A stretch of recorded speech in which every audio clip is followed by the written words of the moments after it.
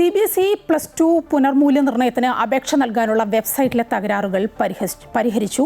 ഇന്ന് മുതൽ 6-ാം തീയതി വരെ വിദ്യാർത്ഥികൾക്ക് അപേക്ഷ നൽകാം. അതേസമയം പാർലമെന്റിന്റെ വിദ്യാഭ്യാസകാര്യ സ്റ്റാൻഡിംഗ് കമ്മിറ്റി വിഷയം പരിശോധിക്കും. കൂടുതൽ വിവരങ്ങളുമായി ജിഷ്ണു കൃഷ്ണൻ ചേരുകയാണ്. ജിഷ്ണു, ദിവസങ്ങളായി തുടരുന്ന +2 പുനർമൂല്യനിർണ്ണയ അപേക്ഷ നൽകാനുള്ള വെബ്സൈറ്റിന്റെ തകരാറ് അത് മുഴുവനായും പരിഹരിച്ചു കഴിഞ്ഞോ? എന്താണ് ഏറ്റവും പുതിയ ഒരു വിവരങ്ങൾ? അത് ഏത് വിധത്തിലാണ്?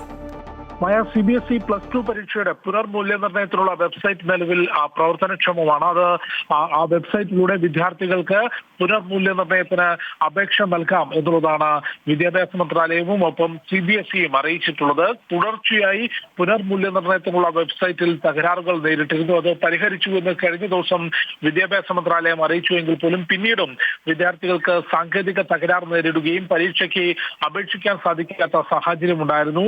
പിന്നീട് വിദഗ്ധർ ഇടപെട്ടുകൊണ്ട് ഇന്ന് പുലർച്ചയോടുകൂടിയാണ് വെബ്സൈറ്റിലെ പ്രശ്നങ്ങൾ നിലവിൽ പൂർണ്ണമായും പരിഹരിച്ചിട്ടുള്ളത്. വെബ്സൈറ്റിലൂടെ ഈ മാസം 6-ാം തീയതി വരെ +2 പുനർമൂല്യനിർണ്ണയത്തിന് വേണ്ടി വിദ്യാർത്ഥികൾക്ക് അപേക്ഷിക്കാം. പരാതിയോ ആശങ്കയോ ഉള്ള വിദ്യാർത്ഥികൾക്ക് CBSEയുമായി ബന്ധപ്പെടാൻ പ്രത്യേക ഹെൽപ്പ് ലൈൻ നിലവിൽ പുറത്തിറക്കിയിട്ടുണ്ട്. അത്തരത്തിൽ എന്തെങ്കിലും പരാതികളോ അല്ലെങ്കിൽ ഈ വെബ്സൈറ്റിൽ വീണ്ടും തകരാറോ നേരിടുകയാണെങ്കിൽ ഹെൽപ്പ് ലൈനുമായി ബന്ധപ്പെടാം എന്നുള്ളതാണ് അറിയിച്ചിട്ടുള്ളത്. ഒപ്പം ഈ സംഭവം CBSE കടുത്ത നടപടികളിലേക്ക് കടക്കുകയാണ്.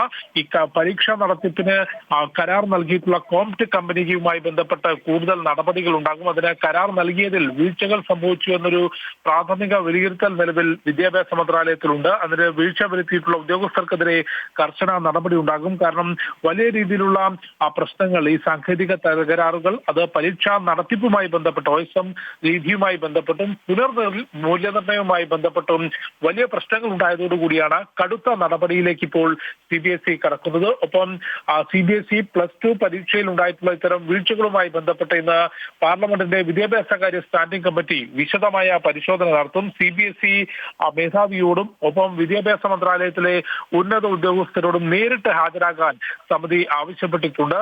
വിദ്യാഭ്യാസകാര്യ സ്റ്റാൻഡിംഗ് കമ്മിറ്റി ഇന്നലെ നീറ്റ് ചോദ്യപേപ്പർ ചോർച്ചയുമായി ബന്ധപ്പെട്ട വിശദമായ പരിശോധന നടത്തിയിരുന്നു. ഇന്ന് CBSE +2 പരീക്ഷയിൽ വന്നിട്ടുള്ള വീഴ്ചകളുമായി ബന്ധപ്പെട്ട കാര്യങ്ങളാണ് പാർലമെന്റിന്റെ സ്റ്റാൻഡിംഗ് കാര്യ കമ്മിറ്റി വിലയിരുത്തുന്നത്. ശരി, ജിഷ്ണു കൃഷ്ണനാണ് വിവരങ്ങൾ നൽകിക്കൊണ്ടിരുന്നത്. CBSE +2 പുനർമൂല്യനിർണ്ണയത്തിന് അപേക്ഷ നൽകാനുള്ള വെബ്സൈറ്റിന്റെ തകരാറുകൾ പരിഹരിച്ചിരിക്കുകയാണ്. അങ്ങനെ കുട്ടികൾക്ക് താൽക്കാലികമായെങ്കിലും അല്പമെങ്കിലും ആശ്വാസമായിരിക്കുകയാണ്. ഇന്നു മുതൽ 6-ാം തീയതി വരെ വിദ്യാർത്ഥികൾക്ക് അപേക്ഷ സമർപ്പിക്കാം.